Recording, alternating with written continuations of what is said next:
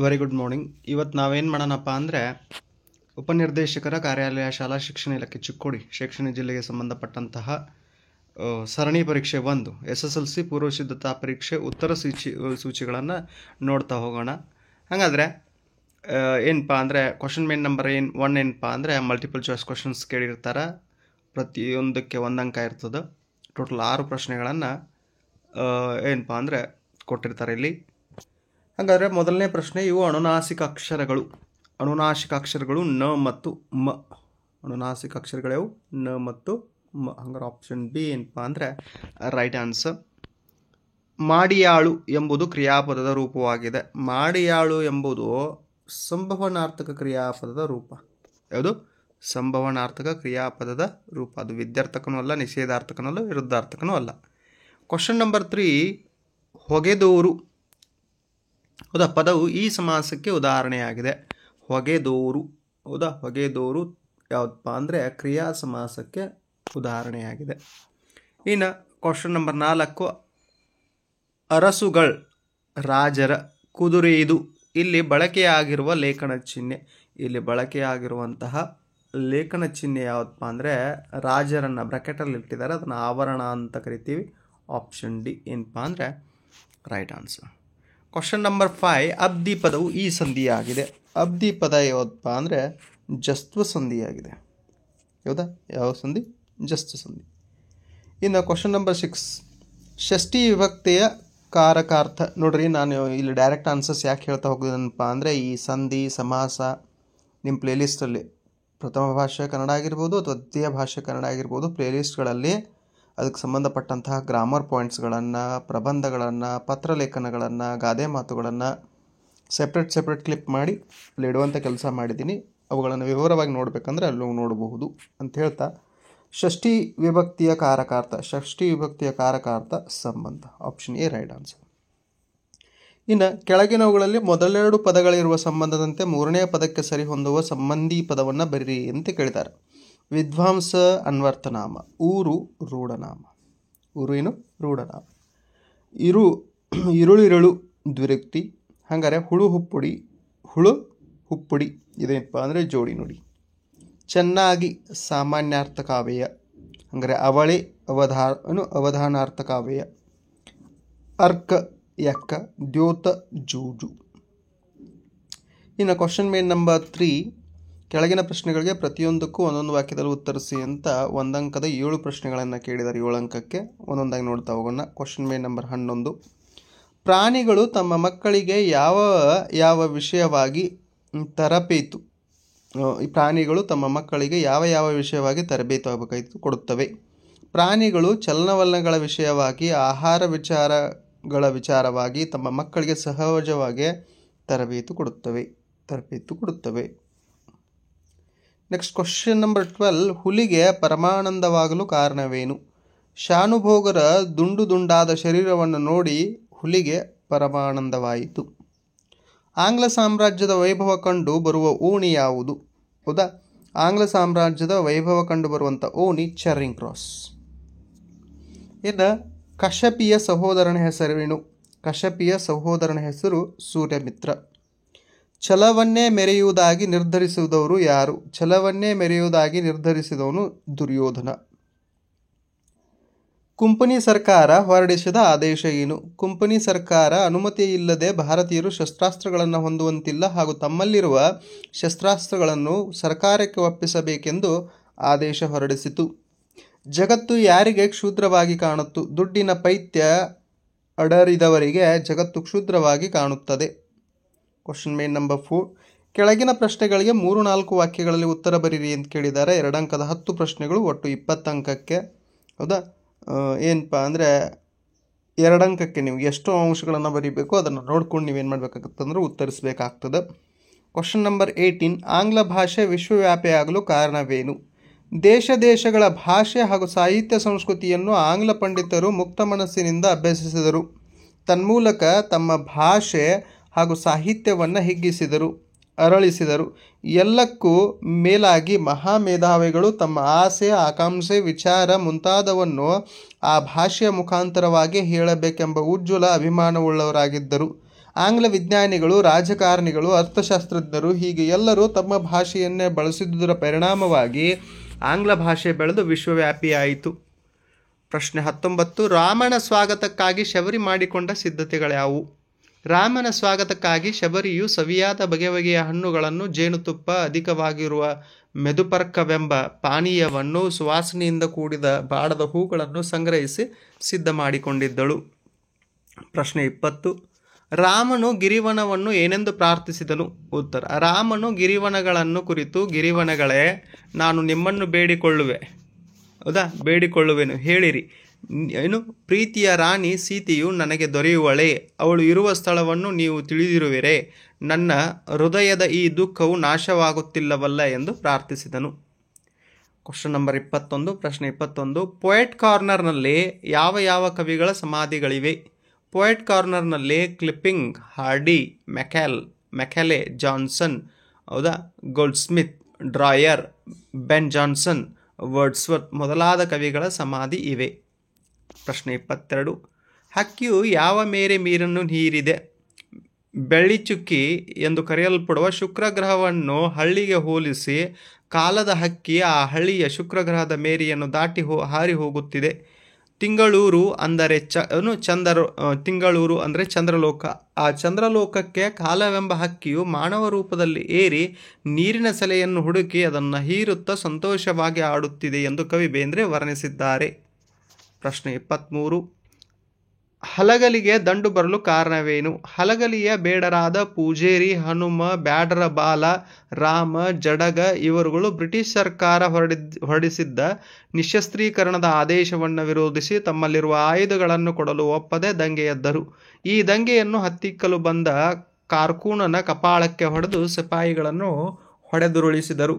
ಇದರಿಂದ ಕೋಪಗೊಂಡ ಕಂಪನಿ ಸರ್ಕಾರದ ಅಧಿಕಾರಿಗಳು ಹಲಗಲಿಯ ಬೇಡರ ದಂಗೆಯನ್ನು ಬಗ್ಗು ಬಡಿಯಲು ದಂಡನ್ನು ಕರೆಸಿದರು. 24. ವಸಂತ ಯಾರು ಯಾರಿಗೆ ಮುಖ ತೋರಲಿಲ್ಲ? ಉತ್ತರ: ಕಮ್ಮಾರನಿಗೆ, ಕುಂಬಾರನಿಗೆ, ನೇಕಾರನಿಗೆ, ಕೇರಿಯ ಮಾರನಿಗೆ ಹಾಗೂ ಪುಟ್ಟಿಗೆ ವಸಂತ ಮುಖ ತೋರಲಿಲ್ಲ. ಪ್ರಶ್ನೆ 25.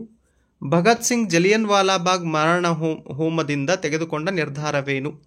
ಜಲಿಯನ್ ವಾಲಾಬಾಗ್ನ ಮಾರಣ ಹೋಮ ಭಗತ್ ಸಿಂಗ್ನ ಮನಸ್ಸಿನಲ್ಲಿ ಅಚ್ಚಳಿಯದ ಪ್ರಭಾವವನ್ನು ಬೀರಿತು.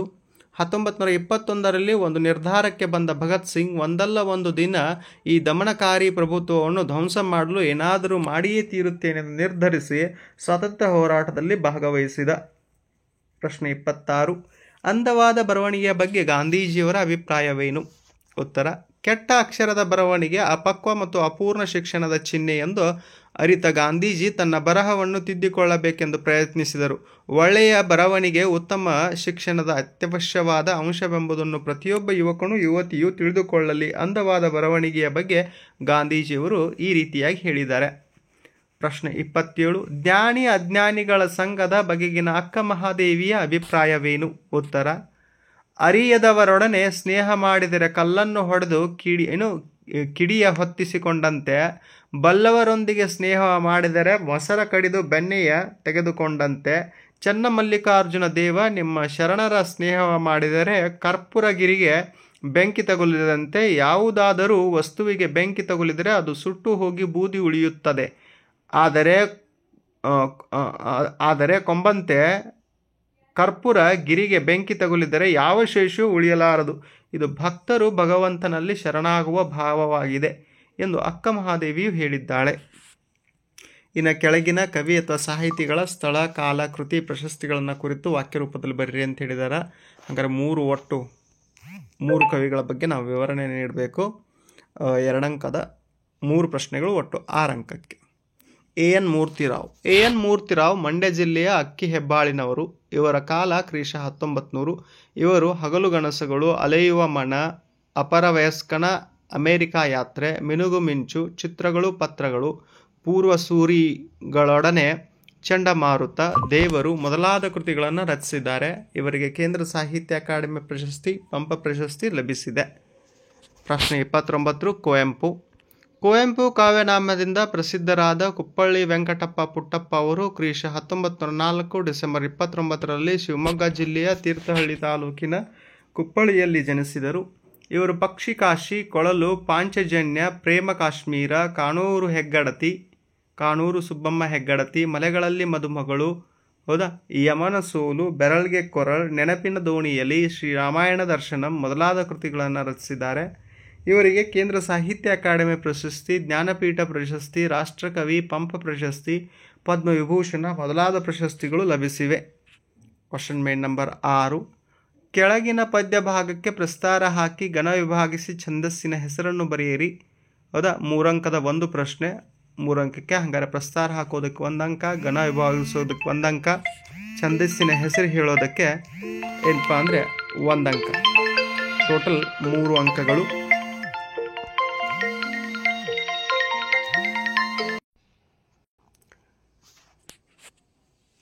ಇದು ಚಕ್ರವ್ಯೂಹಮಿ ಉ ಹಮನೋಡೆ ಏನು ಹಳೆಗನ್ನಡದ ಒಂದು ವಾಕ್ಯ ಇದೆ ಇದು. ಹಾಗಾದರೆ ಇದಕ್ಕೆ ಪ್ರಸ್ತಾರ ಹಾಕಬೇಕು. ಇದು ಚ ಆಮೇಲೆ ಕ್ರವ್ಯೂಹ. ಹೌದಾ, ನೀವೇನಂದರೆ 4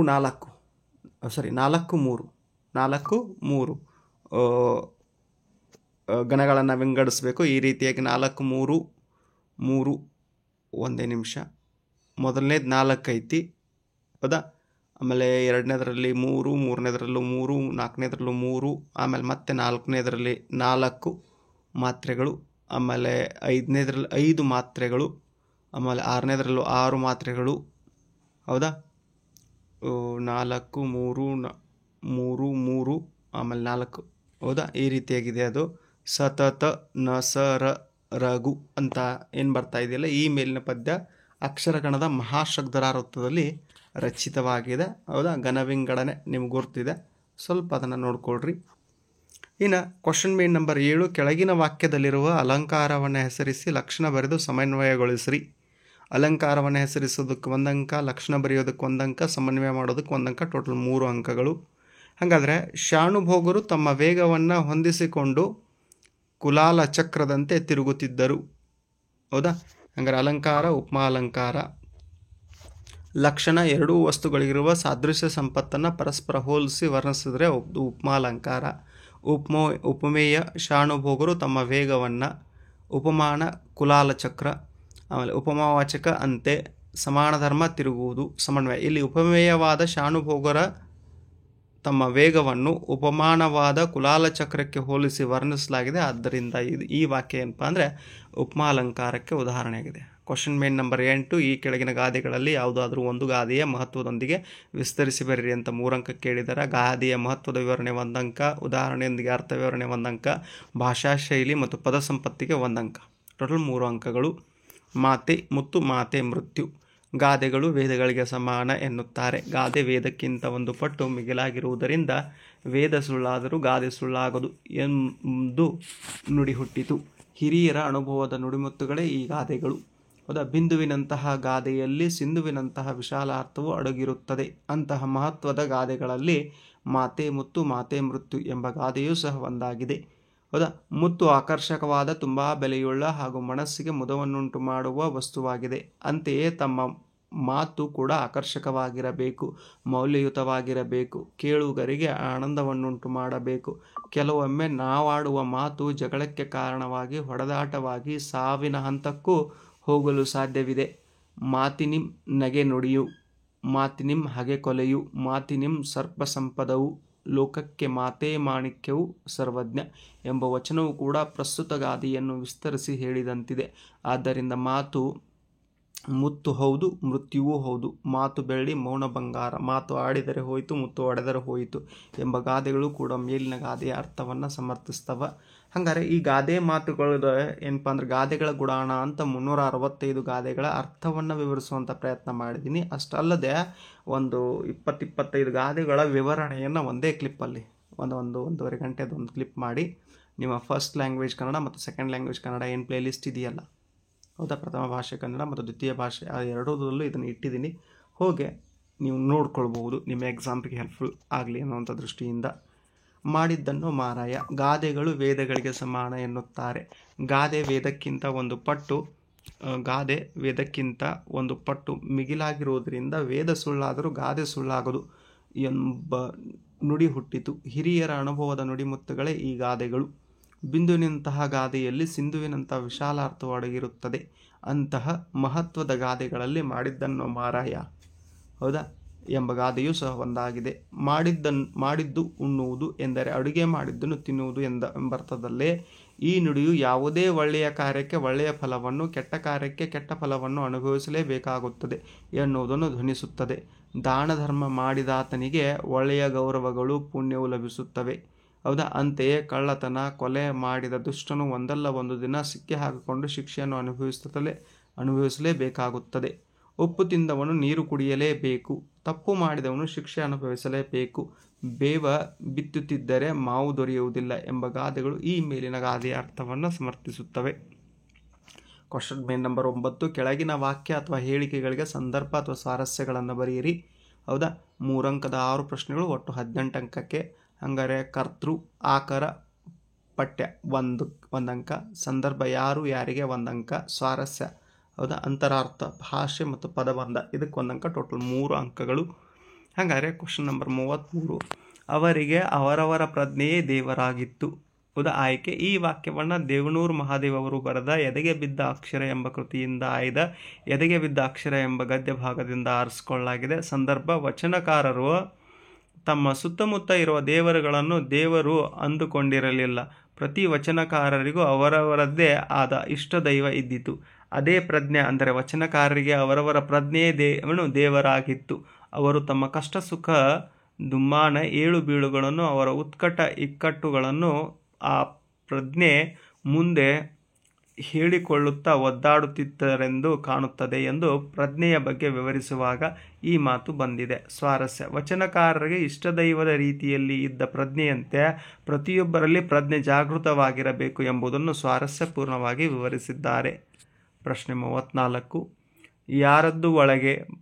ಯಾರದು ಒಳಗೆ ಬಾಗಿಲು ತೆಗೆಯಿರಿ. ಈ ವಾಕ್ಯವನ್ನು ಸಾರಾ ಅಬೂಬಕರ್ ಅವರು ಚಪ್ಪಲಿಗಳು ಕಥಾ ಸಂಕಲನದಿಂದ ಆಯ್ದ ಯುದ್ಧ ಎಂಬ ಪಾಠದಿಂದ ಆರಿಸಿಕೊಳ್ಳಲಾಗಿದೆ. ಹೌದಾ. ಸಂದರ್ಭ: ಯುದ್ಧದ ಸಮಯದಲ್ಲಿ ಒಂದು ವಿಮಾನವನ್ನು ಹೊಡೆದು ಉರುಳಿಸಿದಾಗ ಅದರಲ್ಲಿನ ವೈರಿ ಪಡೆಯುವರು ಬದುಕಿ ಉಳಿದಿರುವವರೇ ಎಂದು ಭಾವಿಸಿ ಸೈನಿಕ ಉಡುಪಿನಲ್ಲಿದ್ದ ಅಧಿಕಾರಿಯು ಮುದುಕಿಯ ಮನೆಯನ್ನು ಪರಿಶೀಲಿಸಲು ಮುಂದಾದಾಗ ಸೈನಿಕರು ಅಧಿಕಾರವಾಣಿಯಿಂದ ಬಾಗಿಲು ಬಡಿಯುವ ಸಂದರ್ಭದಲ್ಲಿ ಹೇಳಿದ ಮಾತಿದು. ಸ್ವಾರಸ್ಯ: ಮನೆಗೆ ಬಂದ ವ್ಯಕ್ತಿ ನಮ್ಮ ದೇಶದ ವ್ಯಕ್ತಿಯಲ್ಲ ಎಂಬ ಮುದುಕಿಯ ಸಂದೇಹ ನಿಜವಾಗಿರುವುದು ಬಾಗಿಲು ಬಡಿಯುತ್ತಿರುವ ನಮ್ಮ ದೇಶದ ಸೈನಿಕರ ಅಧಿಕಾರವಾಣಿ ಮುದುಕಿಗೆ ತಿಳಿದಿದ್ದು ಇಲ್ಲಿ ಸ್ವಾರಸ್ಯಪೂರ್ಣವಾಗಿ ಅಭಿವ್ಯಕ್ತವಾಗಿದೆ. ಪ್ರಶ್ನೆ 35. ಕನ್ನ ನೀರಂ ತಿವಿ ನೆಲಂ ಬರೆಯುತ್ತಿರೆ. ಈ ವಾಕ್ಯವನ್ನು ಶಿವಕೋಟ್ಯಾಚಾರ್ಯರು ವಿರಚಿತ ವಡ್ಡಾರಾಧನೆ ಎಂಬ ಕೃತಿಯಿಂದ ಆರಿಸಲಾದ ಅಗ್ನಿಭೂತಿ ವಾಯುಭೂತಿಯರಂಥ ಕತೆ ಎಂಬ ಗದ್ಯ ಭಾಗದಿಂದ ಆರಿಸಿಕೊಳ್ಳಲಾಗಿದೆ. ಸಂದರ್ಭ: ಅತಿಬಲ ಮಹಾರಾಜನು ಸೋಮಶರ್ಮನ ಸಾವಿನ ನಂತರ ಕರೆಸಿ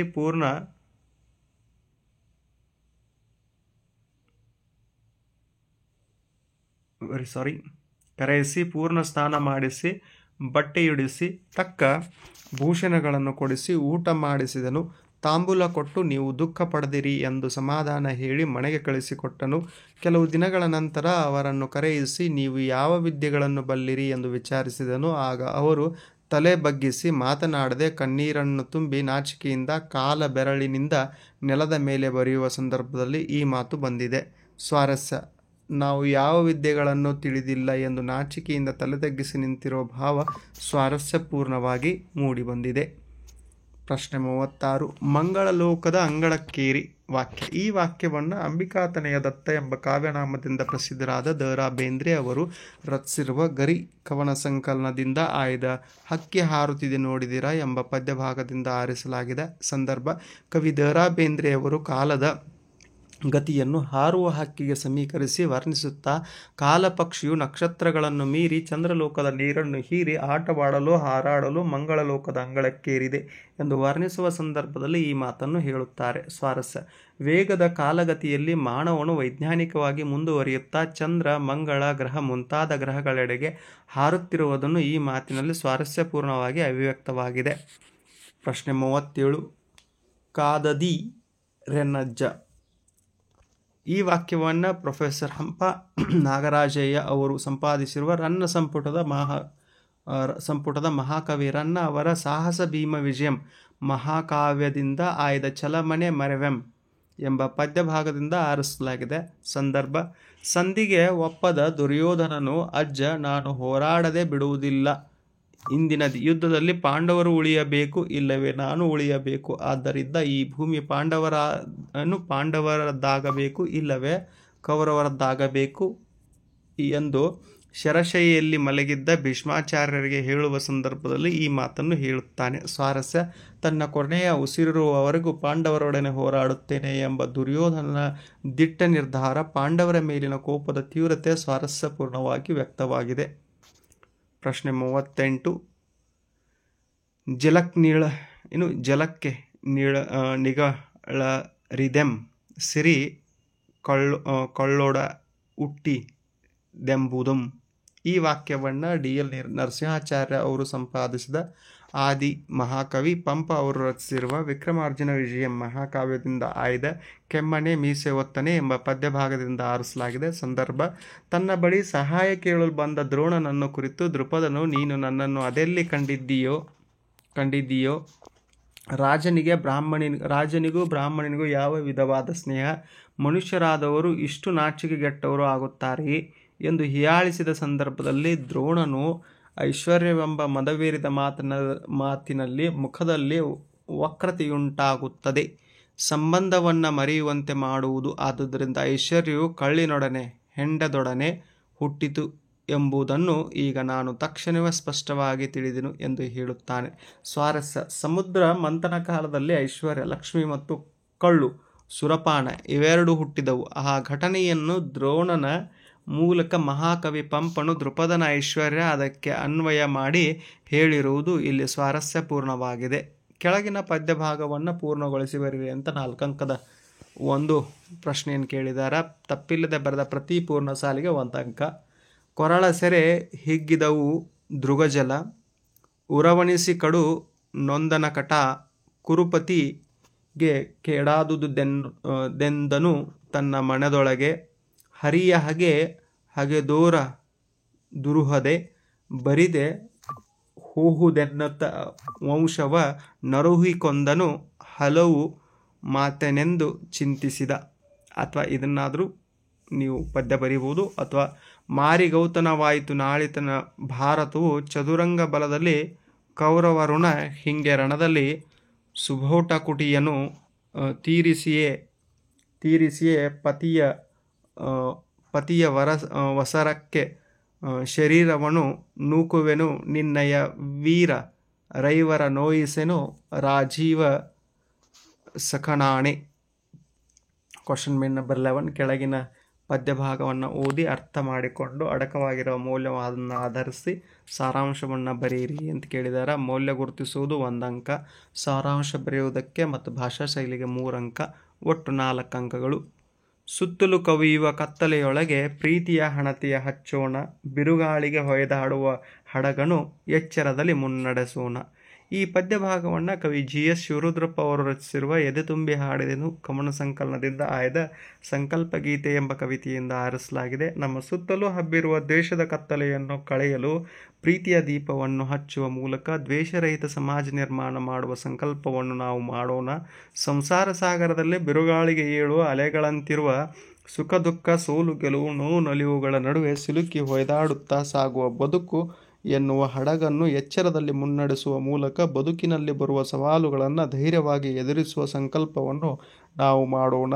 ನಾವು ಸಂಸಾರದಲ್ಲಿ ಪರಸ್ಪರ ಪ್ರೀತಿ, ನಂಬಿಕೆ, ಆತ್ಮವಿಶ್ವಾಸಗಳ ಮೂಲಕ ಧನಾತ್ಮಕ ಭಾವನೆಯಿಂದ ಬದುಕುವ ಸಂಕಲ್ಪವನ್ನು ಮಾಡಬೇಕು ಎಂಬ ಮೌಲ್ಯಯುತ ಸಂದೇಶವನ್ನು ಪ್ರಸ್ತುತ ಪದ್ಯಭಾಗದಲ್ಲಿ ಕವಿ ಜಿ.ಎಸ್. ಶಿವರುದ್ರಪ್ಪ ಅವರು ಬಹು ಸ್ವಾರಸ್ಯಪೂರ್ಣವಾಗಿ ವ್ಯಕ್ತಪಡಿಸಿದ್ದಾರೆ. Question number 12. ಕೆಳಗಿನ ಪ್ರಶ್ನೆಗಳಿಗೆ 8 ಅಥವಾ 10 ವಾಕ್ಯಗಳಲ್ಲಿ ಉತ್ತರ ಬರೆಯಿರಿ. 4 ಅಂಕದ 2 ಪ್ರಶ್ನೆಗಳು, ಒಟ್ಟು 8 ಅಂಕಕ್ಕೆ. ಉತ್ತರದ ಅಂಶಗಳನ್ನು ಆಧರಿಸಿ ಪಠ್ಯಾಂಶಕ್ಕೆ 3 ಅಂಕ, ಭಾಷಾ ಶೈಲಿ ಮತ್ತು ಪದಭಂಗಕ್ಕೆ 1 ಅಂಕ, ಟೋಟಲ್ ಏನಪ್ಪ ಅಂದ್ರೆ 4 ಅಂಕಗಳು. ಹಂಗಾರೆ ಪ್ರಶ್ನೆ 41, ನಾಲ್ವಡಿ ಕೃಷ್ಣರಾಜ ಒಡೆಯರ ಕಾಲದಲ್ಲಿ ಮೈಸೂರು ಮಾದರಿ ಮೈಸೂರು ರಾಜ್ಯವಾಯಿತು ಹೇಗಾಯಿತು ಅಂತ ಕೇಳಿದ್ದಾರೆ. ಇದು ವೆರಿ ವೆರಿ ಇಂಪಾರ್ಟೆಂಟ್. ಹೆಚ್ಚು ಕಡಿಮೆ ಎರಡರಲ್ಲಿ ಒಂದು ಎಕ್ಸಾಮಲ್ಲಿ ಇರ್ತೇ ಇರ್ತದೆ ಇದು. ನಾಲ್ವಡಿ ಕೃಷ್ಣರಾಜ ಒಡೆಯರು 1902 ಆಗಸ್ಟ್ 8ರಿಂದ ಮೈಸೂರು ರಾಜ್ಯದ ನೇರ ಉಸ್ತುವಾರಿಯನ್ನು ತಮ್ಮ ಸುಪರ್ದಿಗೆ ತೆಗೆದುಕೊಂಡು ದಿವಾನರಾಗಿದ್ದ ಸರ್ ಕೆ ಶೇಷಾದ್ರಿಯವರ ಸಹಕಾರದಿಂದ ಮೈಸೂರು ರಾಜ್ಯದ ಸರ್ವತೋಮುಖ ಅಭಿವೃದ್ಧಿಗೆ ಕಂಕಣಬದ್ಧರಾದರು. ಅರಸು ಮನೆತನದಿಂದ ಬಂದವರಾದರೂ ಜನತೆಯ ಆಡಳಿತದಲ್ಲಿ ಪಾಲ್ಗೊಳ್ಳುವುದು ಪರವಾಗಿದ್ದರು.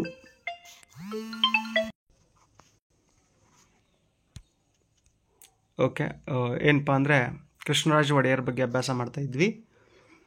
ಹಾಗಾದರೆ 1923ರಲ್ಲಿ ಏನಪ್ಪ ಅಂದರೆ ಕಾನೂನೊಂದನ್ನು ಜಾರಿಗೆ ತಂದು ಪ್ರಜಾಪ್ರತಿನಿಧಿ ಸಭೆಯನ್ನು ಶಾಸನಬದ್ಧ ಸಂಸ್ಥೆಯನ್ನಾಗಿಸಿದ್ರು. ವರ್ಷಕ್ಕೆ 2 ಬಾರಿ ಸಮಾವೇಶಗೊಂಡು ಕಲಾಪ ನಡೆಸಿ ವಾರ್ಷಿಕ ಆಯವ್ಯಯ ಪರಿಶೀಲನೆ, ಪ್ರಶ್ನೋತ್ತರ, ಠರಾವು ಮಂಡಿಸಲಾಗ್ತಿತ್ತು. ಹೆಚ್ಚಿನ ಸದಸ್ಯರು ಜನರಿಂದಲೇ ಆಯ್ಕೆಯಾಗ್ತಿದ್ರು. 1907ರಲ್ಲಿ ನ್ಯಾಯ ವಿಧಾಯಕ ಸಭೆಯನ್ನು ಸ್ಥಾಪಿಸಿದ್ರು. ಇದು ಮೇಲ್ಮನೆಯ ರೀತಿಯಲ್ಲಿ ಕಾರ್ಯನಿರ್ವಹಿಸುತ್ತಿತ್ತು. ಬೆಂಗಳೂರಿನಲ್ಲಿ 2 ಬಾರಿ ಸಮಾವೇಶಗೊಂಡು ಪ್ರಜಾಪ್ರತಿನಿಧಿಗಳ ಸಭೆಯಲ್ಲಿ ಮಂಡಿಸಿದ ಎಲ್ಲವನ್ನ ವಿಮರ್ಶಿಸುವ ಕಾನೂನನ್ನು ಜಾರಿಗೆ ತರುವ ಅಧಿಕಾರ ಇದ್ದಿತ್ತು. ಗ್ರಾಮ ನಿರ್ಮಲೀಕರಣ, ವೈದ್ಯ ಸಹಾಯ, ವಿದ್ಯಾಪ್ರಚಾರ, ನೀರಿನ ಸೌಕರ್ಯ, ಪ್ರಯಾಣ ಸೌಲಭ್ಯ ಮುಂತಾದ ಕ್ಷೇತ್ರಗಳು ಸ್ವಯಂ ಆಡಳಿತ ಕ್ಷೇತ್ರಗಳಾದವು. ಶಿವನ ಸಮುದ್ರದ ಬಳಿ ಕಾವೇರಿ ನದಿಯಿಂದ ಜಲವಿದ್ಯುತ್ ಉತ್ಪಾದನಾ ಕೇಂದ್ರ, ವಾಣಿವಿಲಾಸ ಸಾಗರ, ಕೃಷ್ಣರಾಜ ಸಾಗರ ಜಲಾಶಯಗಳನ್ನು ನಿರ್ಮಿಸಿದ್ರು. ಉಚಿತ ಪ್ರಾಥಮಿಕ ಮಾಧ್ಯಮಿಕ ಶಿಕ್ಷಣ ಜಾರಿಗೆ ತಂದರು. ಮೈಸೂರು ವಿಶ್ವವಿದ್ಯಾಲಯ, ಉಚಿತ ಆಸ್ಪತ್ರೆ, ಮೈಸೂರು ಬ್ಯಾಂಕ್, ಸಹಕಾರ ಸಂಘಗಳನ್ನು ಸ್ಥಾಪಿಸಿದ್ರು. ಹಲವಾರು ಸಾಮಾಜಿಕ ಕಾನೂನುಗಳನ್ನು ಜಾರಿಗೆ ತಂದರು. ಭರತಖಂಡದಲ್ಲಿ ಯಾವ ಸಂಸ್ಥಾನವೂ ಕಾಣದ ಅಭಿವೃದ್ಧಿಯನ್ನು ಮಾಡಿ ಮೈಸೂರು ಸಂಸ್ಥಾನವನ್ನು ಮಾದರಿ ಮೈಸೂರು ರಾಜ್ಯವಾಗಿ ರೂಪಿಸಿದ ಕೀರ್ತಿ ಯಾರಿಗೆ ಸಲ್ತದಪ್ಪ ಅಂದರೆ ನಾಲ್ವಡಿ ಕೃಷ್ಣರಾಜ ಒಡೆಯರಿಗೆ. ಇನ್ನು ಇದೇ ಪ್ರಶ್ನೆಗೆ ಒಂದು 6 ಟೈಪ್ ಕ್ವಶನ್ ಕೊಟ್ಟಿದ್ದಾರೆ. ಶಿಕ್ಷಣ ಕ್ಷೇತ್ರಕ್ಕೆ ವಿಶ್ವೇಶ್ವರಯ್ಯವರು ಸಲ್ಲಿಸಿದಂಥ ಕೊಡುಗೆಯನ್ನು ತಿಳಿಸಿ ಅಂತ.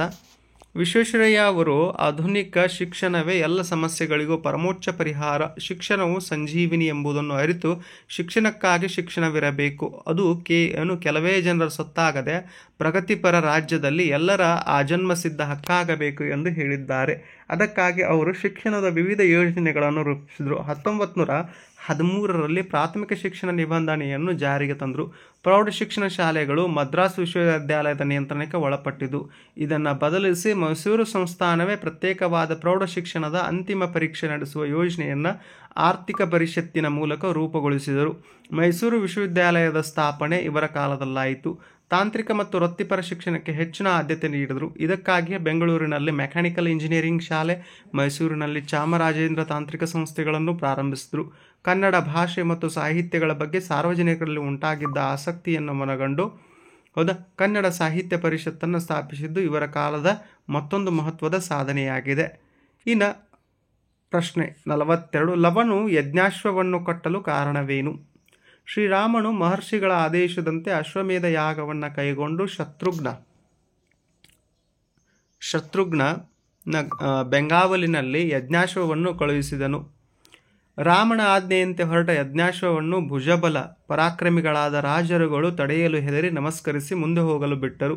ಹೀಗೆ ಯಜ್ಞಾಶ್ವವು ಭೂಮಿಯಲ್ಲೆಲ್ಲ ಸಂಚರಿಸುತ್ತಾ ವಾಲ್ಮೀಕಿಯ ಆಶ್ರಮದ ತೋಟದ ಹಸುರಾದ ಹುಲ್ಲನ್ನು ತಿನ್ನಲು ಒಳಹೊಕ್ಕಿತು. ಆಗ ಇದನ್ನು ಕಂಡ ಲವನು, ಇದು ಯಾವ ಕಡೆಯ ಕುದುರೆಯೋ, ಹೊಕ್ಕು ಹೂದೋಟವನ್ನು ನುಗ್ಗು ನುರಿಯಾಗುವಂತೆ ತುಳಿದುದು ಎಂದು ಕುದುರೆಯ ಕಡೆಗೆ ನಡೆದು ಬಂದು ನೋಡಿದನು. ಯಜ್ಞಾಶ್ವದ ಹಣೆಯಲ್ಲಿದ್ದ ಪಟ್ಟಿಯಲ್ಲಿ ಭೂಮಂಡಲದಲ್ಲಿ ಕೌಸಲ್ಯ ಮಗನಾದ ರಾಮನು ಒಬ್ಬನೇ ವೀರನು, ಇದು ಅವನ ಯಜ್ಞ ಕುದುರೆ, ಇದನ್ನು ತಡೆಯುವ ಸಾಮರ್ಥ್ಯವುಳ್ಳವರು ಯಾರೇ ಆದರೂ ತಡೆಯಲಿ ಎಂದು ಬರೆಯಲಾಗಿತ್ತು. ಇದನ್ನು ಓದಿದ ಲವನು ಕೋಪಗೊಂಡು ಅಹಂಕಾರವನ್ನು ಬಿಡಿಸದಿದ್ದರೆ ತನ್ನ ತಾಯಿಯನ್ನು ಎಲ್ಲ ಜನರು ಬಂಜೆ ಎನ್ನದಿರುವರೇ, ತನಗೆ ಇರುವ ತೋಳುಗಳು ಇವು ಏತಕ್ಕೆ ಎಂದು ಪ್ರತಿಜ್ಞೆಯನ್ನು ಕೈಗೊಂಡು ಯಜ್ಞಾಶ್ವವನ್ನು ತನ್ನ ಉತ್ತರೀಯದಿಂದ ಕಟ್ಟಿ ಹಾಕಿದನು. ಈ ಪ್ರಶ್ನೆಗೆ ಇನ್ನೊಂದು 6 ಟೈಪ್ ಕ್ವಶನ್ ಕೇಳಿದರೆ ಅಥವಾ ಅಂತ. ಲವನ ವೀರತ್ವವು ವೀರಲವ ಪದ್ಯದಲ್ಲಿ ನಿರೂಪಿತವಾದ ಬಗೆಯನ್ನು ವಿವರಿಸಿ. ಲವನು ಬಾಲಕನಾಗಿದ್ದರೂ ಸ್ವಾಭಿಮಾನಿ, ಅವನ ಮಾತುಗಳು ವೀರೋಚಿತ, ಆತನ ಮಾತೃಪ್ರೇಮ ಅನನ್ಯ. ವಾಲ್ಮೀಕಿ ಮಹರ್ಷಿಗಳು ಆಶ್ರಮದಿಂದ ಹೊರಗೆ ಹೋಗುವಾಗ ಲವನಿಗೆ ಆಶ್ರಮದ ಜವಾಬ್ದಾರಿಯನ್ನು ವಹಿಸುತ್ತಾರೆ. ಇಂತಹ ಸಮಯದಲ್ಲಿ ರಾಮನ ಯಜ್ಞಾಶ್ವವು ಆಶ್ರಮವನ್ನು ಪ್ರವೇಶಿಸಿ ಹೂದೋಟವನ್ನು ಹಾಳು ಮಾಡುತ್ತದೆ. ಇದನ್ನು ಕಂಡ ಲವನು ಕುದುರೆಯ ಬಳಿ ಬಂದು ಕುದುರೆಯ ನೆತ್ತಿಯ ಮೇಲೆ ಮೆರೆಯುತ್ತಿದ್ದ ಪಟ್ಟದ ಲಿಖಿತವನ್ನು ಓದಿ ರಾಮನೊಬ್ಬನೇ ಜಗತ್ತಿಗೆ ವೀರನೆಂಬ ವಾಕ್ಯವನ್ನು ಕಂಡು ಕೆರಳಿ ಇವನ ಗರ್ವವನ್ನು ಬಿಡಿಸುತ್ತೇನೆ, ಇಲ್ಲದಿದ್ದಲ್ಲಿ ತನ್ನ ತಾಯಿಯನ್ನು ಎಲ್ಲರೂ ಹೇಡಿಯನ್ನು ಹೆತ್ತವಳೆಂದು ದೂರಿಬಿಡುತ್ತಾರೆ ಎಂದು ಚಿಂತಿಸಿ ತನ್ನ ತೋಳ್ಬಲವನ್ನು ಬಿಡುತ್ತೇನೆ ಎಂದು ಕುದುರೆಯನ್ನು ಕಟ್ಟಿ ಹಾಕುತ್ತಾನೆ. ಋಷಿಮುನಿಗಳ ಮಕ್ಕಳು ಹೆದರಿಕೆಯಿಂದ ಬೇಡವೆಂದಾಗ ಬ್ರಾಹ್ಮಣರ ಮಕ್ಕಳು ಯುದ್ಧಕ್ಕೆ ಹೆದರಿದರೆ ಜಾನಕಿಯ ಸುತನು ಹೆದರುವನೇ ಎಂದು ವೀರನಂತೆ ಬಿಲ್ಲಿನ ಹೆದೆಯೇರಿಸಿ ಝೇಂಕಾರವನ್ನು ಮಾಡಿ ನಿಂತನು.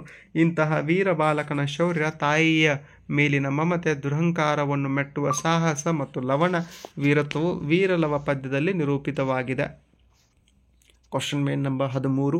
ಕೆಳಗಿನ ಗದ್ಯ ಭಾಗವನ್ನು ಮನಸ್ಸಿನಲ್ಲಿ ಓದಿಕೊಂಡು ಕೊಟ್ಟಿರುವ ಪ್ರಶ್ನೆಗಳಿಗೆ ಉತ್ತರ ಬರೀರಿ. ಇದು ಏನಪ್ಪ ಅಂದರೆ ಕಾಮನ್. ಏನಪ್ಪ ಅಂದರೆ ಭಾರತ ಸ್ವತಂತ್ರ ಹೋರಾಟದ ನಂತರ ಕರ್ನಾಟಕದ ಜನತೆ ಮತ್ತೊಂದು ಹೋರಾಟಕ್ಕೆ ಅಣಿಯಾಗಬೇಕಾಯಿತು. ಅದ್ಯಾವುದಂದರೆ ಮುಂಬೈ, ಮದ್ರಾಸ್, ಹೈದರಾಬಾದ್ ಪ್ರಾಂತ್ಯಗಳಲ್ಲಿ ಚೆದರಿ ಹೋಗಿದ್ದ ಕನ್ನಡ ಮಾತನಾಡುವ ಜನರನ್ನು ಮತ್ತು ಪ್ರದೇಶವನ್ನು ಒಂದುಗೂಡಿಸಿ ಅಖಂಡ ಕನ್ನಡ ನಾಡನ್ನು ಕಟ್ಟುವ ಕರ್ನಾಟಕ ಏಕೀಕರಣ ಹೋರಾಟ. ಭಾರತೀಯ ರಾಷ್ಟ್ರೀಯ ಕಾಂಗ್ರೆಸ್ ಕೂಡ ಭಾಷಾವಾರು ಪ್ರಾಂತಗಳ ಅವಶ್ಯಕತೆಯನ್ನು ಎತ್ತಿ ಹಿಡಿಯಿತು. ಕನ್ನಡದ ಸಾಹಿತಿಗಳು, ಕನ್ನಡದ ಸಾಹಿತ್ಯ ಪರಿಷತ್ತು, ಕರ್ನಾಟಕ ಸಂಘ ಮುಂತಾದ ನಾಡಿನ ಹಲವು ಸಂಘ ಸಂಸ್ಥೆಗಳು, ರಾಜಕೀಯ ಮುಖಂಡರು, ವಿದ್ಯಾರ್ಥಿಗಳು, ಜನಸಾಮಾನ್ಯರು ಏಕೀಕರಣ ಹೋರಾಟದಲ್ಲಿ ಭಾಗವಹಿಸಿದರು. ಉದಯವಾಗಲಿ ನಮ್ಮ ಚಲೋ ಕನ್ನಡ ನಾಡು ಎಂಬ ಹಾಡು ಎಲ್ಲೆಲ್ಲೂ ಜನರನ್ನು ಬಡಿದೆಬ್ಬಿಸಿತು. ಹಂಪಿಯಲ್ಲಿ ನಡೆದ ವಿಜಯನಗರ ಸಾಮ್ರಾಜ್ಯದ 6ನೇ ಶತಮಾನೋತ್ಸವ ಕರ್ನಾಟಕ ಏಕೀಕರಣಕ್ಕೆ ಜನರನ್ನು ಹುರಿದುಂಬಿಸಿತು. ಹಾಗೂ ಮೈಸೂರು ರಾಜರ ಬೆಳ್ಳಿ ಹಬ್ಬ ಕರ್ನಾಟಕ ಏಕೀಕರಣದ ಹೋರಾಟದಲ್ಲಿ ತೀವ್ರತೆಯನ್ನು ಹೆಚ್ಚಿಸಿತು. ಎಸ್ ನಿಜಲಿಂಗಪ್ಪ, ಆಲೂರು ವೆಂಕಟರಾವ್, ಮುದವೀಡು ಕೃಷ್ಣರಾವ್, ಕಡಪ ರಾಘವೇಂದ್ರರಾವ್, BM ಶ್ರೀಕಂಠಯ್ಯ, ನ ಕೃಷ್ಣರಾವ್, B ಶಿವಮೂರ್ತಿ, ರಂಗನಾಥ್ ದಿವಾಕರ್, ಕೋ ಚನ್ನಬಸಪ್ಪ ಮುಂತಾದ ನೂರಾರು ಸಾಹಿತಿಗಳು, ರಾಜಕಾರಣಿಗಳು ಗಣ್ಯರ ಶ್ರಮದ ಫಲವಾಗಿ 1956ರಲ್ಲಿ ಕರ್ನಾಟಕ ಏಕೀಕರಣವಾಯಿತು. ಕರ್ನಾಟಕ ಏಕೀಕರಣ ಹೋರಾಟದ ತೀವ್ರತೆಯನ್ನು ಹೆಚ್ಚಿಸಿದ ಸನ್ನಿವೇಶಗಳ್ಯಾವು? ಉದಯವಾಗಲಿ. ಉತ್ತರ: ಉದಯವಾಗಲಿ ನಮ್ಮ ಚಲೋ ಕನ್ನಡ ನಾಡು ಎಂಬ ಹಾಡು ಎಲ್ಲೆಲ್ಲೂ ಜನರನ್ನು ಬಡಿದೆಬ್ಬಿಸಿತು. ಹಂಪಿಯಲ್ಲಿ ನಡೆದ ವಿಜಯನಗರ ಸಾಮ್ರಾಜ್ಯದ 6ನೇ ಶತಮಾನೋತ್ಸವ ಕರ್ನಾಟಕ ಏಕೀಕರಣಕ್ಕೆ ಜನರನ್ನು ಹುರಿದುಂಬಿಸಿತು. ಹಾಗೂ ಮೈಸೂರು ರಾಜರ ಬೆಳ್ಳಿ ಹಬ್ಬ ಕರ್ನಾಟಕ ಏಕೀಕರಣದ ಹೋರಾಟದಲ್ಲಿ ತೀವ್ರತೆಯನ್ನು ಹೆಚ್ಚಿಸಿತು. ಕರ್ನಾಟಕ ರಾಜ್ಯ ಒಂದುಗೂಡಲು ಹೋರಾಡಿದ ಮಹನೀಯರನ್ನು ಹೆಸರಿಸಿ. ಹೌದಾ? ಉತ್ತರ: ಎಸ್ ನಿಜಲಿಂಗಪ್ಪ, ಆಲೂರು ವೆಂಕಟರಾವ್, ಮುದವೀಡು ಕೃಷ್ಣರಾವ್, ಕಡಪ ರಾಘವೇಂದ್ರರಾವ್, BM ಶ್ರೀಕಂಠಯ್ಯ, ನ ಕೃಷ್ಣರಾವ್, B ಶಿವಮೂರ್ತಿ, ರಂಗನಾಥ್ ದಿವಾಕರ್, ಕೋ ಚನ್ನಬಸಪ್ಪ ಮುಂತಾದ ನೂರಾರು ಸಾಹಿತಿಗಳು, ರಾಜಕಾರಣಿಗಳು ಕರ್ನಾಟಕ ರಾಜ್ಯ ಒಂದುಗೂಡಲು ಹೋರಾಡಿದ ಮಹನೀಯರಾಗಿದ್ದಾರೆ. ಇನ್ನು ಕ್ವಶನ್ ನಂಬರ್ 14. ಯಾವುದಾದ್ರೂ ಒಂದಕ್ಕೆ ಕೊಟ್ಟಿರುವ ಮಾಹಿತಿಯನ್ನು ಆಧರಿಸಿ ಪತ್ರ ಬರೀರಿ ಅಂತ ಕೇಳಿದ್ದಾರೆ. 5 ಅಂಕದ ಒಂದು ಪ್ರಶ್ನೆ ಬರ್ತದೆ. ಏನಪ್ಪ ಅಂದರೆ ಪ್ರಶ್ನೆ ಸಂಖ್ಯೆ 44. ನಿಮ್ಮನ್ನು ಬೆಳಗಾವಿಯ ಬೇಂದ್ರೆ ಬಡಾವಣೆಯ ನಿವಾಸಿ ಶಾರದಾ ಎಂದು ಭಾವಿಸಿಕೊಂಡು ನಿಮ್ಮ ಬಡಾವಣೆಯಲ್ಲಿ ಸಾರ್ವಜನಿಕ ಗ್ರಂಥಾಲಯ ನಿರ್ಮಿಸಿಕೊಡುವಂತೆ ಕೋರಿ ಮಹಾನಗರ ಪಾಲಿಕೆ ಆಯುಕ್ತರಿಗೆ ಮನವಿ ಪತ್ರ ಬರೆಯಿರಿ. ಇಂದಗೆ ಸಂಬೋಧನೆ ವಿಷಯ 1 ಅಂಕ, ಪತ್ರದ ಒಡಲು ವಿಷಯ ನಿರೂಪಣೆ 2 ಅಂಕ, ಮುಕ್ತಾಯ ಇಂತಿ ಸ್ಥಳ ದಿನಾಂಕಕ್ಕೆ 1 ಅಂಕ, ಭಾಷಾ ಶೈಲಿ ಮತ್ತು ಪದವಿನ್ಯಾಸಕ್ಕೆ 1 ಅಂಕ, ಟೋಟಲ್ 5 ಅಂಕಗಳ ಪತ್ರ. ಅದನ್ನಾದರೂ ಬರೀಬಹುದು. ಅಥವಾ ನಿಮ್ಮನ್ನು ಧಾರವಾಡದ ಸರ್ಕಾರಿ ವಸತಿ ಪ್ರೌಢಶಾಲೆಯ ವಿದ್ಯಾರ್ಥಿ ವಿವೇಕ್ ಎಂದು ಭಾವಿಸಿಕೊಂಡು ನಿಮ್ಮ ಶಾಲೆಯಲ್ಲಿ ನಡೆಯುವ ತಾಯಂದಿರ ಸಭೆಗೆ ಹಾಜರಾಗುವಂತೆ ವಿನಂತಿಸಿ ತುಮಕೂರಿನ ಸಿದ್ಧಗಂಗಾ ಬಡಾವಣೆಯಲ್ಲಿ ವಾಸವಿರುವ ಕಲಾವತಿ ಎಂಬ ಹೆಸರಿನ ತಾಯಿಯವರಿಗೆ ಪತ್ರ ಬರೆಯಿರಿ. ಹೌದಾ? ಇಂದ ವಿಳಾಸ ದಿನಾಂಕ ಸಂಬೋಧನೆ ಕ್ಷೇಮ ವಿಚಾರ 1 ಅಂಕ, ಪತ್ರದ ಒಡಲು ವಿಷಯ ನಿರೂಪಣೆ 2 ಅಂಕ, ಮುಕ್ತಾಯ ಇಂತಿ ಸಂಬೋಧನೆ ಸಹಿ ಹೊರ ವಿಳಾಸ 1 ಅಂಕ, ಭಾಷಾ ಶೈಲಿ ಪದಬಂಧ ವಿನ್ಯಾಸಕ್ಕೆ 1 ಅಂಕ. ಟೋಟಲ್ ಎಷ್ಟಪ್ಪ ಅಂದರೆ 5 ಅಂಕದ ಪತ್ರ. ಹೌದಾ? ಹಾಗಾದರೆ ಪತ್ರ ನಾನೇನು ಮಾಡಿದ್ದೀನಿ, ಪತ್ರ ಬರಹ ಅಂತ ಒಂದು ಸೆಪ್ರೇಟ್ ವಿಡಿಯೋ ಮಾಡಿದ್ದೀನಿ. ಅಲ್ಲಿ ಹಲವಾರು ಪತ್ರಗಳನ್ನು ಡಿಸ್ಕಸ್ ಮಾಡಿದ್ದೀನಿ, ಹೋಗಿ ನೋಡ್ಕೊಳ್ಬೋದು.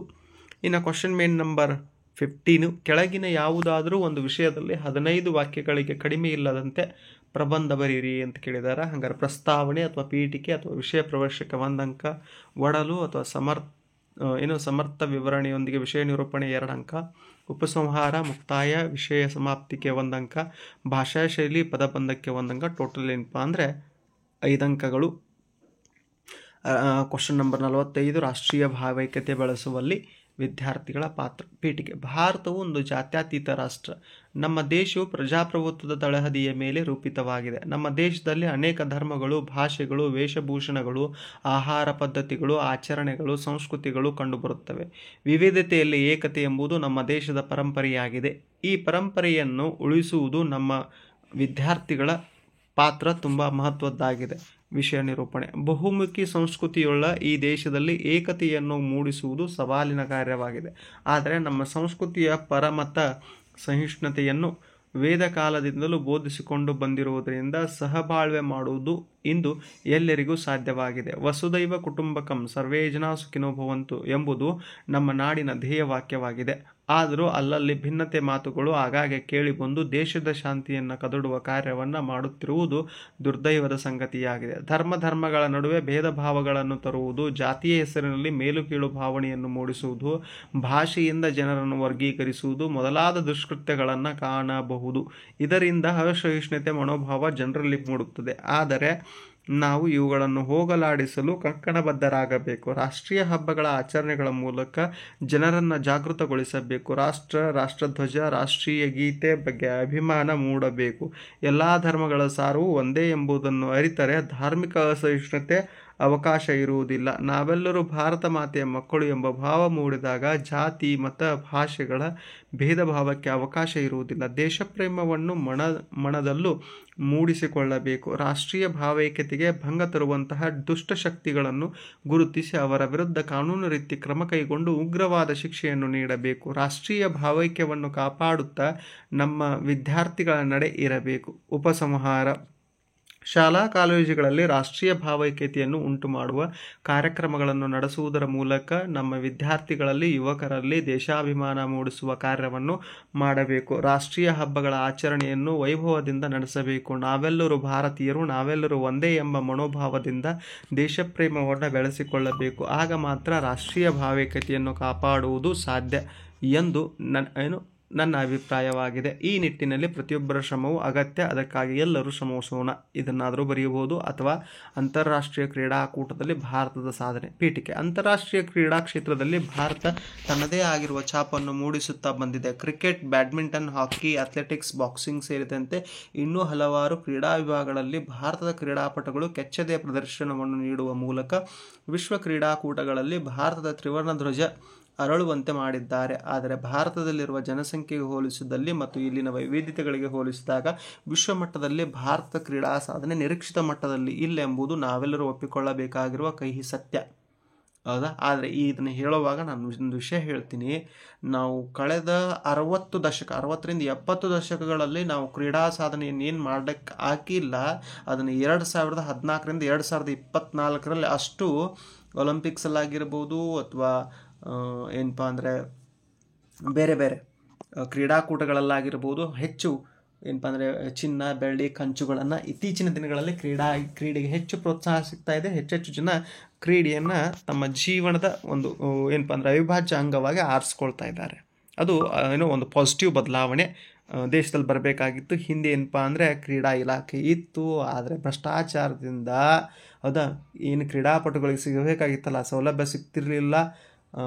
ಸೌಲಭ್ಯಗಳು ಸಿಕ್ಕರೂ ಅದನ್ನು ಒದಗಿಸುವಂಥ ಪ್ರಯತ್ನ ಆಗ್ತಿರಲಿಲ್ಲ. ಅಥವಾ ಕೋಚ್ಗಳನ್ನು ಆಯ್ಕೆ ಮಾಡುವಂಥ ಸಂದರ್ಭದಲ್ಲಿ ಅಥವಾ ಬೇರೆ ಬೇರೆ ಸಂದರ್ಭದಲ್ಲಿ ಏನಪ್ಪ ಅಂದರೆ ಡಿಸ್ಕ್ರಿಮಿನೇಷನ್ ಮಾಡಿ ಹೌದಾ ಯಾರಲ್ಲಿ ಪ್ರತಿಭೆ ಇದೆ ಅವ್ರನ್ನ ಆರಿಸ್ದೆ ತಮಗೆ ಬೇಕಾದವ್ರನ್ನ ಆರಿಸ್ಕೊಂಡು ಏನಪ್ಪ ಅಂದರೆ ಅದು ಲಾಬಿ ನಡೀತಾ ಇತ್ತು. ಅಂಥ ಲಾಬಿಗೆಲ್ಲ ತೆರೆ ಬಿದ್ದು ಇವತ್ತೇನಪ್ಪ ಅಂದರೆ ನಿಜವಾದ ಕ್ರೀಡಾಪಟುಗಳಿಗೆ ಬೆಲೆ ಸಿಗ್ತಾ ಇದೆ. ಅವ್ರು ಯಾರು ನಿಜವಾದ ಕ್ರೀಡಾಪಟುಗಳಿಗೆ ಬೆಲೆ ಸಿಗ್ತಾ ಇದೆ ಅವ್ರು ಅಂತಾರಾಷ್ಟ್ರೀಯ ಮಟ್ಟದಲ್ಲೂ ಮಿಂಚ್ತಾ ಇದ್ದಾರೆ. ಅದು ಮುಖ್ಯ.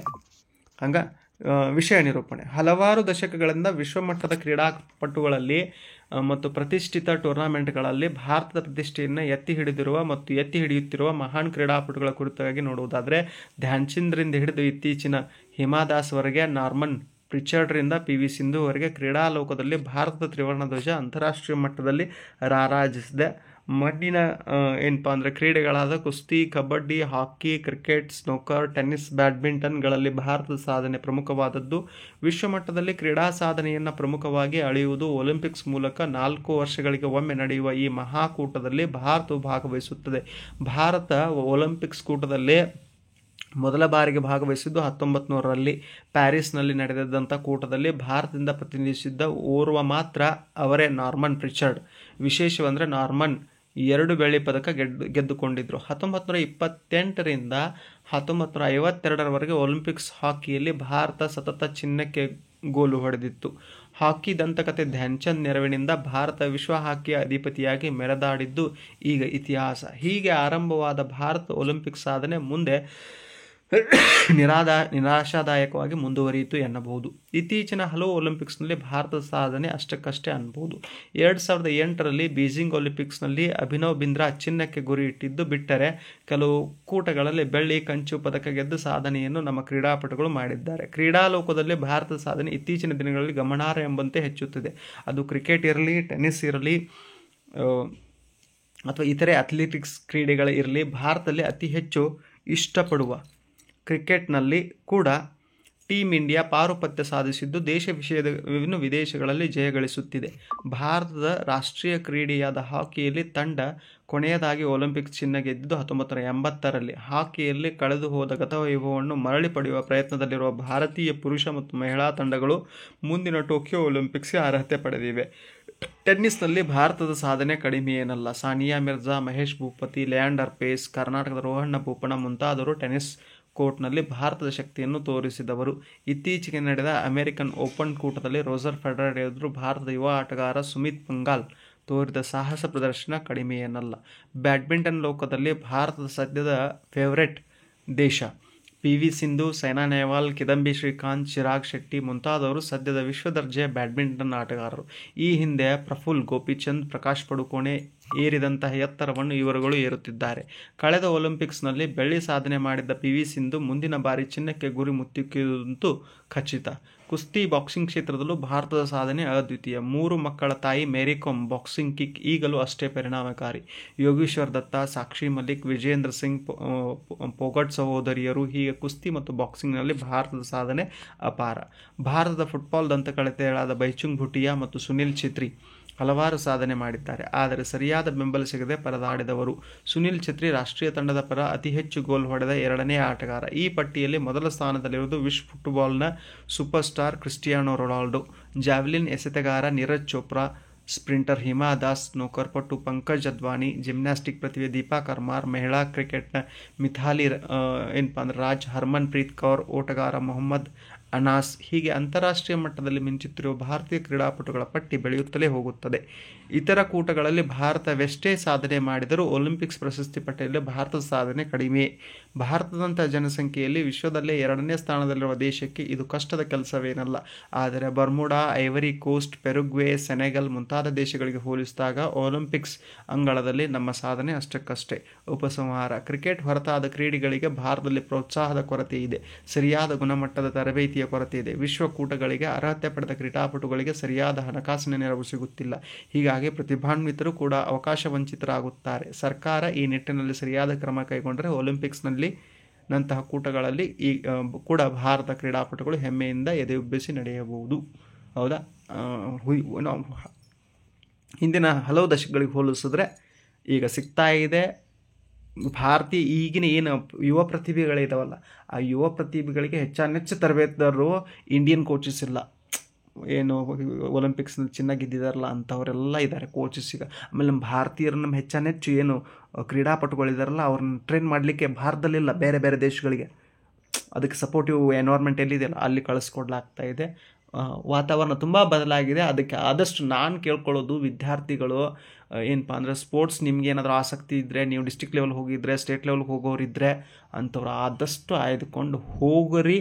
ನಿಮ್ಮ ಮುಂದಿನ ಭವಿಷ್ಯ ನಿಮ್ಮ ಜಾಬ್ಗಾಗಿರ್ಬೋದು ಅಥವಾ ನಿಮ್ಮ MBBS ಸೀಟ್ಗಾಗಿರ್ಬೋದು ಅಥವಾ ನೀವು ಅದೇ ಕ್ಷೇತ್ರದಲ್ಲಿ ಕ್ರಿಕೆಟೋ, ಬ್ಯಾಡ್ಮಿಂಟನ್ನೋ, ಟೆನ್ನಿಸ್ಸೋ, ಯಾವುದು ಏನು ಜಾವ್ಲಿನ್ ಥ್ರೋನೋ ಯಾವುದ್ರಲ್ಲಿ ಅದರಲ್ಲೇ ನಿಮ್ಮ ಭವಿಷ್ಯವನ್ನು ರೂಪಿಸ್ಕೊಳ್ಬೋದು, ಯಾವುದಕ್ಕೂ ಕಡಿಮೆ ಇಲ್ಲದಂತೆ ಅನ್ನೋದು ನನ್ನ ಹಾರೈಕೆ. ಹೌದಾ? ಇಷ್ಟು ಏನಪ್ಪ ಅಂದರೆ ಪ್ರಥಮ ಭಾಷೆ ಕನ್ನಡ ಏನಪ್ಪ ಅಂದರೆ ಜಿಲ್ಲಾ ಮಟ್ಟ, ಚಿಕ್ಕೋಡಿ ಜಿಲ್ಲಾ ಮಟ್ಟದ ಪ್ರಶ್ನೆ ಪತ್ರಿಕೆಯ ಮಾದರಿ ಉತ್ತರಗಳನ್ನು ಅಭ್ಯಾಸ ಮಾಡಿದ್ವಿ. ಆದಷ್ಟು ನಿಮ್ಮ ಸ್ನೇಹಿತರಿಗೆ ಇದೊಂದು ಯೂಸ್ಫುಲ್ ಕ್ವಶನ್ ಪೇಪರ್ ಆಗ್ತದೆ. ಸ್ಕೋರ್ ಹೆಚ್ಚು ಮಾಡ್ಕೊಳ್ಳಿಕ್ಕೆ ಒಂಥರ ಆಡಿಯೋ ನೋಟ್ಸು ನೀವೇನು ಮಾಡ್ಬೋದು ಅಂದರೆ ನಿಮ್ಮ ವೇಳೆಯಲ್ಲಿ ವ್ಯಯ ಆಗ್ತಿರ್ತದೆ. ಈಗ ಕುಂತು ಪ್ರಾಕ್ಟೀಸ್ ಮಾಡಲಿಕ್ಕಾಗೋದಿಲ್ಲ, ಬರೆಯೋಕ್ಕಾಗೋದಿಲ್ಲ, ಅಂತಹ ವೇಳೆಯಲ್ಲಿ ಜರ್ನಿ ಮಾಡ್ತಿರ್ತೀರ, ಸ್ಕೂಲಿಂದ ಮನೆಗೆ ಅಥವಾ ಏನೋ ಎಲ್ಲೋ ಟ್ರಾವೆಲ್ ಮಾಡ್ತಿರ್ತೀರ ಅಂಥ ಟೈಮಲ್ಲಿ ಇದನ್ನು ಏನು ಮಾಡ್ಬೋದಪ್ಪ ಅಂದರೆ ಬಳಸ್ಕೊಳ್ಬೋದು ಅಂತ ಹೇಳ್ತಾ ಥ್ಯಾಂಕ್ ಯು ಸೊ ಮಚ್.